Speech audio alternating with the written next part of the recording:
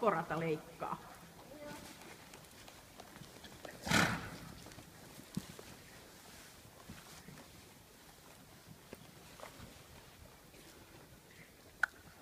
Noin eteen vaan sieltä ja ohjaat sitä H:ta kohden. Ja sieltä H:lta käännyt sitten tonne ovelle, mikä ohi Kaisa tulee nyt tonne toiseen päähän just sinne, niin hyvä. Ja kädet pysyy tasaisesti alhaalla ja Ella menee siellä ulkorinkiä. Hyvä. Oikein. Ja sitten pitkän sivun keskellä Anni siirrytään käyntiin ja sitten heti takas raviin. Joo. Jups. Ja ravi. Noin, hyvä. Nyt lähti Ellankin poni ihan näpäkästi heti ravaamaan. Hyvä. No, ja muista vaan.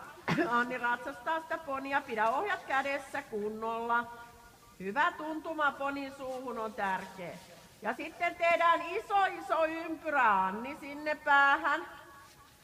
Ja sinne päähän tehdään niin kuin kohta käännytään. Siitä lähdet kääntyy tuonne toiselle puolelle. Iso pyöreä ympyrä.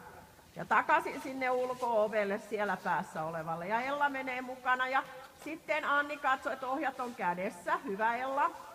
Noin. Ja sitten jatketaan taas suoraan.